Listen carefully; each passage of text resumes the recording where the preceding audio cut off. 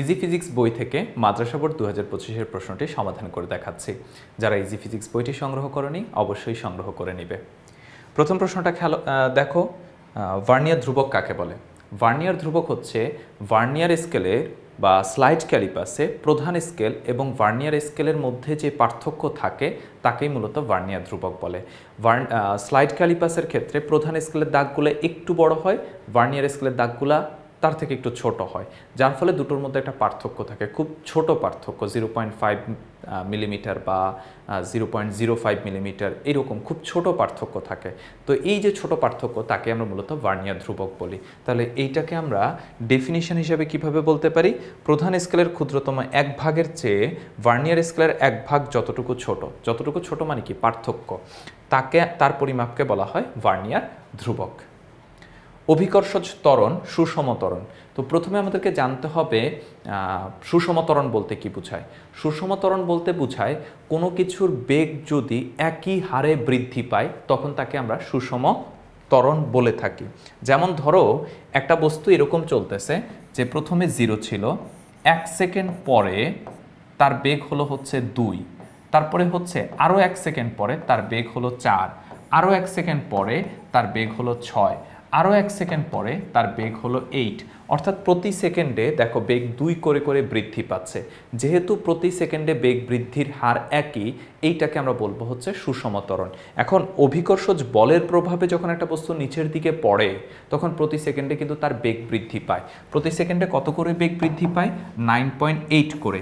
যেহেতু প্রতি সেকেন্ডে 9.8 মিটার পার সেকেন্ড স্কোয়ার করে বেগ বৃদ্ধি পাচ্ছে, সুতরাং এইটাকে আমরা বলবো হচ্ছে সমত্বরণ। প্রতি সেকেন্ডে বেগ বৃদ্ধির হার যেহেতু একই, সুতরাং সেটা অবশ্যই কি? সমত্বরণ। তাই অভিকর্ষজ ত্বরণ একটা সমত্বরণ।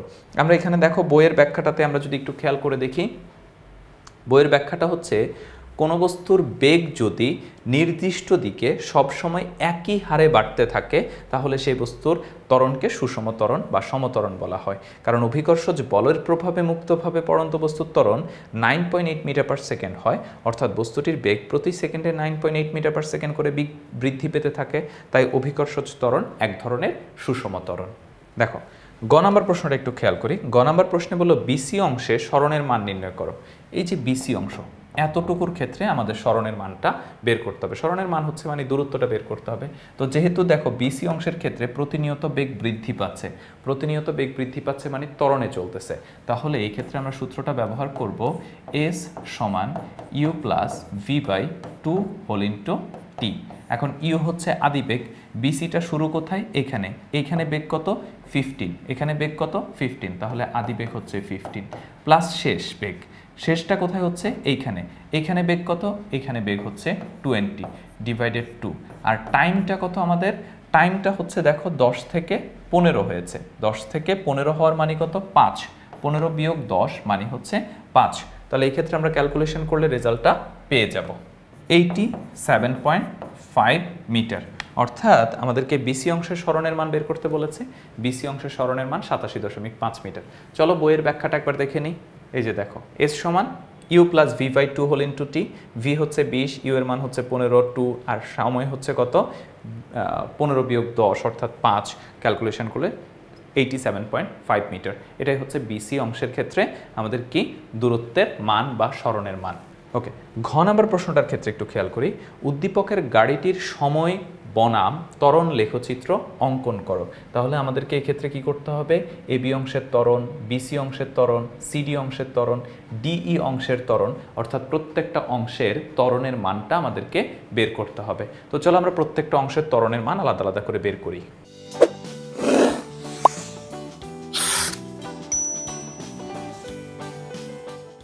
প্রথমে আমরা এবি অংশের ত্বরণটা বের করি। এবি অংশের ত্বরণ A1 সমান হচ্ছে V minus you by T.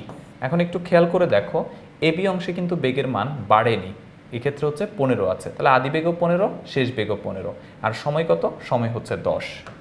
তাহলে এক্ষেত্রে আমরা লিখতে পারি 15 মাইনাস 15 ডিভাইডেড 10 সমান হচ্ছে কত? 0 metre per second square. AB অংশটা চলে গেল।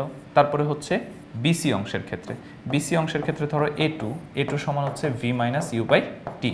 এখন দেখো আমাদের ভি কত? বিসি অংশের ক্ষেত্রে শেষ হচ্ছে 20, আদি হচ্ছে 15, আর টাইম কত? 10 থেকে 15 মানে হচ্ছে 5। তাহলে শেষ বেগ হচ্ছে 20, আদি বেগ হচ্ছে 15, আদি বেগ হচ্ছে 15 আর টাইমটা হচ্ছে 5। তাহলে ক্ষেত্রে 5/5 অর্থাৎ 1 মিটার পার সেকেন্ড স্কোয়ার। তাহলে আমরা দুইটা ত্বরণ পেয়ে গেছি, একটা হচ্ছে বিসি অংশের ক্ষেত্রে, একটা হচ্ছে এবি অংশের ক্ষেত্রে।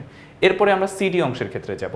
দেখো সিডি অংশের আর বের করবো না, সিডি অংশ কিন্তু সমবেগে চলছে। এবি অংশ যেমন সমবেগে চলেছে, সিডি অংশ সমবেগে চলেছে। তাহলে সিডি এর ক্ষেত্রে যে ত্বরণটা সেটা আমরা সরাসরি লিখতে পারি এ 3 সমান হচ্ছে 0 মিটার পার সেকেন্ড স্কোয়ার। কেন? সমবেগে, এই যে সমবেগে ত্বরণটা শূন্য থাকে। এরপরে ডিই অংশ, ডিই অংশের ক্ষেত্রে আমরা যদি ত্বরণটা বের করি সেটাকে A4 বললে A4 সমান হচ্ছে V minus you by T. দেখো তো শেষ বেগটা কত? ডিই অংশের ক্ষেত্রে শেষ এখানে, তার মানে 0, আদি বেগটা হচ্ছে 20 আর সময়টা কত? 25 থেকে 40 পর্যন্ত। 40 বিয়োগ 25 মানে কত? 15। তাহলে আমরা এই ক্ষেত্রে সময়টা পাচ্ছি হচ্ছে 15, শেষ বেগটা 0 মাইনাস আদি বেগ, আদি বেগটা কত ছিল? আদি বেগটা ছিল 20। তাহলে -20 ডিভাইডেড হচ্ছে 15, -1.33 মিটার পার সেকেন্ড স্কোয়ার। এটাই হচ্ছে A4 অংশের ত্বরণ বা ডিই অংশের ত্বরণ। তাহলে প্রত্যেকটা অংশের ত্বরণ কিন্তু আমাদের বের করা হয়ে গেছে। এবার জাস্ট আমরা গ্রাফটা এঁকে দেখিয়ে দিব। এই যে দেখো আমাদের এখানে গ্রাফটা একটু খেয়াল করে দেখো, গ্রাফটা হচ্ছে এইটা হচ্ছে ত্বরণ, এই যে এইটা হচ্ছে এটা হচ্ছে সময় আর এটা হচ্ছে আমাদের ত্বরণ। তো সময়গুলোর ক্ষেত্রে দেখো 5, 10, 15, 20, 25, 30, 35, 40 এরকম করে দেয়া আছে। এখন এর মাঝে আমরা দেখেছিলাম প্রথম 10 সেকেন্ড সমবেগে চলেছে, তার মানে হচ্ছে এই যে গ্রাফটা এইটা 10 সেকেন্ড পরে তার ত্বরণ হয়ে গেছিল 1 মিটার পার সেকেন্ড স্কোয়ার। আমরা যেটা বের করে রেখেছিলাম এই যে দেখো 1 মিটার পার সেকেন্ড স্কোয়ার। তাহলে এই যে 10 সেকেন্ড পরে হচ্ছে, এই যে 10 সেকেন্ড পরে হচ্ছে তার ত্বরণটা 10 থেকে 15 পর্যন্ত 1 মিটার পার সেকেন্ড স্কোয়ার। 15 থেকে 25 পর্যন্ত কিন্তু আবার 0 ছিল। 25 থেকে 40 পর্যন্ত কিন্তু তার ত্বরণ ছিল হচ্ছে -1.33, -1.33 বলে নিচের দিকে। তাহলে এটাই হচ্ছে আমাদের সেই গ্রাফটা। তাহলে আমরা এখান থেকে হচ্ছে আমরা গ্রাফটা এঁকে দেখালাম। এখন আমি যদি তোমাদেরকে এঁকে দেখাই তাহলে তোমরা সেখান থেকে একবার দেখতে পারো আমাদের সময় কতটুকু দেয়া আছে, 40 পর্যন্ত 5 সেকেন্ড পর পর। তাহলে 0, 5, 10, 15, 20, 25, 30, 35, তারপর হচ্ছে 40। এবার হচ্ছে এর ক্ষেত্রে তোমার ত্বরণের ক্ষেত্রে এটা হচ্ছে 1, এটা হচ্ছে 2 আর এটা হচ্ছে ধরো -1, এটা হচ্ছে -2। তো প্রথম 10 সেকেন্ডের ক্ষেত্রে ত্বরণ ছিল 0, তাহলে এই যে ত্বরণটা এইখানে 10 থেকে 15 পর্যন্ত তার ত্বরণ ছিল হচ্ছে 1, এই যে 1, তাহলে এই 0 থেকে 1 হলো, আবার এখানে এসে 0 হয়ে গেল। তারপরে হচ্ছে 15 থেকে হচ্ছে তোমার 15 থেকে 25 পর্যন্ত হচ্ছে 0 ছিল, সমবেগ ছিল। তাহলে 15 থেকে 25 পর্যন্ত এই যে 0। এরপর 25 থেকে -1.33, -1.33 খেয়াল করে এটা 1, এটা 2, তাহলে এইটা হচ্ছে 1.5, 1.5 থেকে একটু কম হবে।